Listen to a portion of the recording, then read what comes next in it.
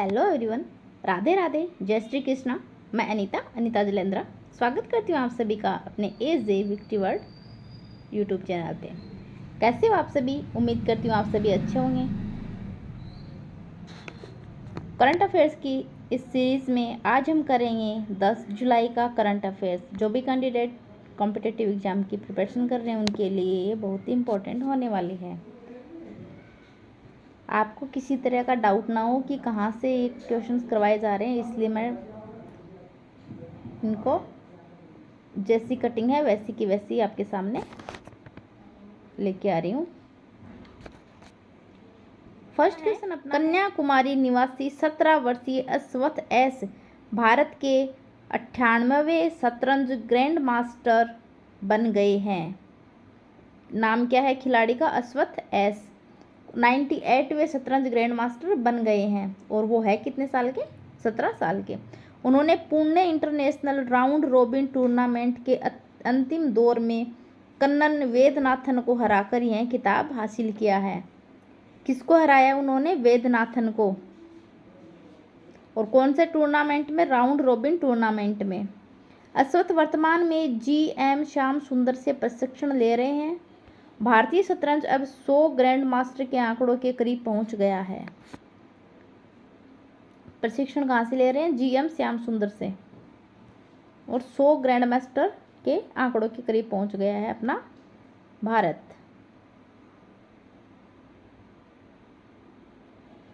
Next question है, उत्तराखंड भारत का छठा पूर्ण साक्षर राज्य बन गया है। उत्तराखंड भारत का छठा पूर्ण साक्षर राज्य बन गया है। राज्य ने अडल्ट साक्षरता दर में रिकॉर्ड 98.7% की उपलब्धि हासिल की है। कौन सा रिकॉर्ड? 98.7%। उत्तराखंड से पहले मिजोरम, गोवा, त्रिपुरा, हिमाचल प्रदेश और सिक्किम यह दर्जा प्राप्त कर चुके हैं। उत्तराखंड से पहले मिजोरम ने, गोवा ने, त्रिपुरा ने, हिमाचल प्रदेश ने और सिक्किम ने यह दर्जा प्राप्त कर लिया था। कैबिनेट के प्रस्ताव पर राज्यपाल गुरमीत सिंह ने इस संबंध में आधिकारिक मंजूरी दी है। राज्यपाल कौन है? गुरमीत सिंह। इन्होंने क्या है? मंजूरी दी है इस प्रस्ताव के लिए। नेक्स्ट क्वेश्चन है, ब्रिक्स देशों की एंटी ड्रग एजेंसियों ने नशीली दवाओं की तस्करी रोकने के लिए गुवाहाटी घोषणा पत्र को अपनाया है। ब्रिक्स जो देश हैं उन देशों की एंटी ड्रग एजेंसी, देशों की एक एजेंसी होती है एंटी ड्रग, उन्होंने जो नशीली दवाएं होती है उनकी तस्करी रोकने के लिए एक घोषणा पत्र अपनाया है, गुवाहाटी घोषणा पत्र। असम के गुवाहाटी में हुई 2 दिवसीय बैठक में अवैध ड्रग नेटवर्क को ध्वस्त करने के लिए रियल टाइम जानकारी साझा करने की पर सहमति बनी। क्लियर? घोषणा पत्र का नाम है गुवाहाटी घोषणा पत्र और किस लिए है? नशीली दवाओं की तस्करी को रोकने के लिए।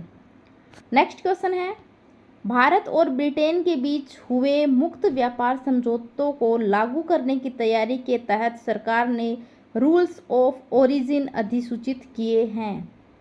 रूल्स ऑफ ओरिजिन अधिसूचित किए हैं। भारत और ब्रिटेन के बीच में जो व्यापार समझौते को लागू करने की तैयारी के तहत सरकार ने। नेक्स्ट क्वेश्चन है व्यापार के संबंध में। भारत और ब्रिटेन के बीच में हुए जो मुक्त व्यापार समझौते हैं उनको लागू करने की तैयारी के तहत सरकार ने एक रूल्स ऑफ ओरिजिन अधिसूचित किए हैं। उनका उद्देश्य है कि मुक्त व्यापार समझौतों के तहत शुल्क में छूट केवल उन वस्तुओं को मिले जो वास्तव में भारत या ब्रिटेन में बनी हो। इसका उद्देश्य क्या है कि भारत और ब्रिटेन में बनी हुई जो वस्तु हैं उन्हीं पर ही छूट मिलनी चाहिए मुक्त व्यापार समझौते के तहत। और उसका नाम क्या है समझौते का? Rules of origin. Next question है जो कि उपलब्धि के बारे में है। भारत स्पेन को पीछे छोड़ते हुए दुनिया का चौथा सबसे बड़ा LNG रिगेसिफिकेशन क्षमता वाला देश बन गया है। LNG रिगेसिफिकेशन क्षमता वाला देश बन गया है। इंटरनेशनल गैस यूनियन की रिपोर्ट के अनुसार भारत ने 2025 में LNG क्षमता में 52.5 मिलियन टन की बढ़ोतरी दर्ज की है। ये LNG रिगेसिफिकेशन क्या है? ये एक प्रक्रिया है जो क्या है, ठंडी और तरल जो प्राकृतिक गैस होती है उनको गर्म करके और उनको वापस गैसीय अवस्था में बदला जाता है। बदलने की एक कोई स्कीम होगी ये LNG रिगेसिफिकेशन।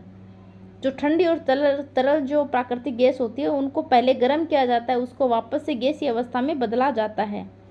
और इनको क्या है, फिर पाइपलाइन होती है, उनसे घर और जो उद्योग होते हैं वहाँ तक पहुँचाया जाता है। नेक्स्ट क्वेश्चन है, प्रधानमंत्री नरेंद्र मोदी को इंडोनेशिया की सर्वोच्च नागरिक सम्मान बिंतांग आदि पूर्णा से नवाजा गया है। इंडोनेशिया की एक सर्वोच्च नागरिक सम्मान होता है बिंतांग आदि पूर्णा, उससे प्रधानमंत्री नरेंद्र मोदी को नवाजा गया है। PM मोदी से पहले 1995 में जवाहरलाल नेहरू को यह मरणोपरांत दिया गया था। 1995 में जवाहरलाल नेहरू को भी दिया गया था मरने के बाद। यह मोदी का 35वां अंतर्राष्ट्रीय सम्मान है। अपनी यात्रा के दौरान उन्होंने इंडोनेशिया के साथ रक्षा और कृषि सहित 14 क्षेत्रों में करार किया है। करार करना मतलब नियम और शर्तें तय करना।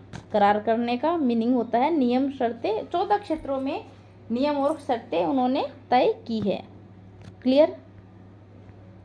नेक्स्ट है वर्ड ऑफ द डे।